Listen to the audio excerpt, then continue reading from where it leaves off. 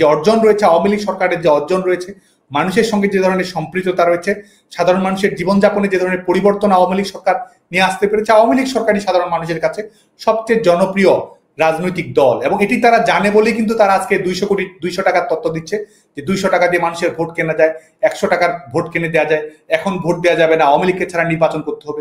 এটি কিন্তু প্রমাণ করে যে আওয়ামী লীগই জনগণের কাছে সবচেয়ে গ্রহণযোগ্য রাজনৈতিক দল।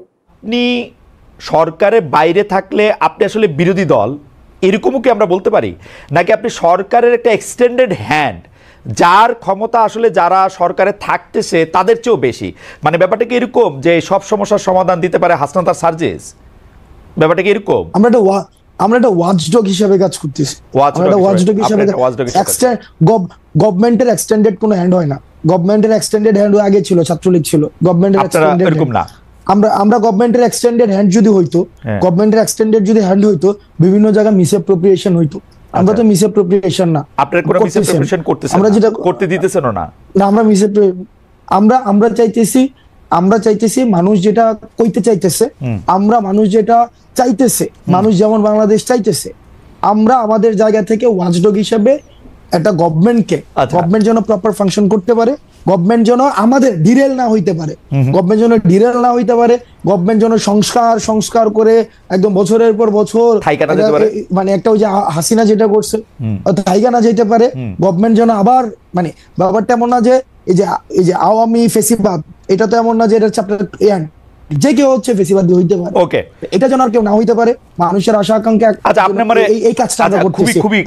খুবই আপনি চমৎকার বলছেন জনাব আব্দুল্লাহ। এইটা আপনি বলেন তো, এই যে বৈষম্য বিরোধী ছাত্র আন্দোলন, জাতীয় নাগরিক কমিটি নামে আপনার দুইটা সংগঠনে কিন্তু সক্রিয়, দুইটারই অফিস আছে।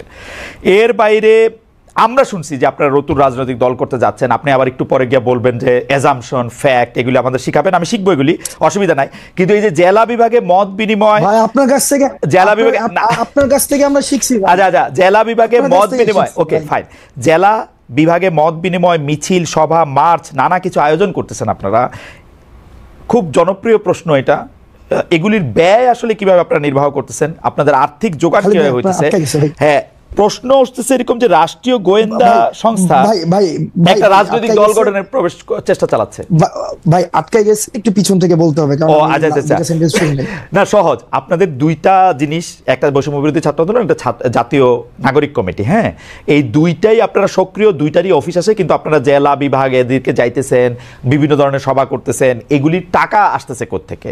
মানে এই প্রশ্নে কেউ কেউ কইতেছে যে আপনাদেরকে ডিজিএফআই, এনএসআই, সরকার এরকম টাকা দিচ্ছে, আপনাদের দিয়ে একটা দর করতেছে। বলেন এবার। আচ্ছা খালেদ ভাই, আমি একটা কথা বলি। যেমন আমি ব্যক্তিগতভাবে লাস্ট 15 দিন ধরে একটা প্রাডু চড়তেছি। প্রাডু গাড়িটার দাম হচ্ছে 1,80,00,000 টাকা। প্রাডু চড়তেছি, হয়তো আগামী সপ্তাহ থেকে ওডি চড়বো। ওডি যেমন আমার অ্যাকোয়েন্টেন্সের মধ্যে প্রাডু আছে, ওডি আছে, তারপর হচ্ছে বিএমডব্লিউ আছে, তারপর হচ্ছে মার্সিডিজ আছে, করোলা এক্স থেকে শুরু করে আলফ্রাডো পর্যন্ত আছে, রাইট? এখন আপনার কি মনে হয় না যে হাসনাত আব্দুল্লাহ একটা আন্দোলন করেছে? তখন খালেদ ভাই আপনার গাড়িটা কি, মানে আপনি কি মডেলের গাড়ি এখন ব্যবহার করেন? এখন নিউ ইয়র্কে গাড়ি নাই। মানে নিউ ইয়র্কে গাড়ি নাই, মানে গাড়ি তো ছিল, কি গাড়ি আছে আপনার? আমার জার্মানিতে ভক্সওয়াগন ছিল, ওরা ফক্সওয়াগন। আচ্ছা, ভক্সওয়াগন বা ফক্সওয়াগন হোয়াটএভার। আপনার কি মনে হয় না বাংলাদেশে এরকম হাসনাত আব্দুল্লাহ অন্তত 100টা খালেদ ভাই আছে যে তাকে গাড়ি দিতে পারে? হ্যাঁ, না, এইগুলি নিয়ে কিন্তু আমার কোনো আপত্তি নাই, কিন্তু আসতেছি ভাই। ঠিক একইভাবে এই 100টা খালেদ মহিউদ্দিন ভাই বাংলাদেশে এরকম ফক্সওয়াগনের মালিক যেমন আছে, তারাই চায় এই সৌভাগ্য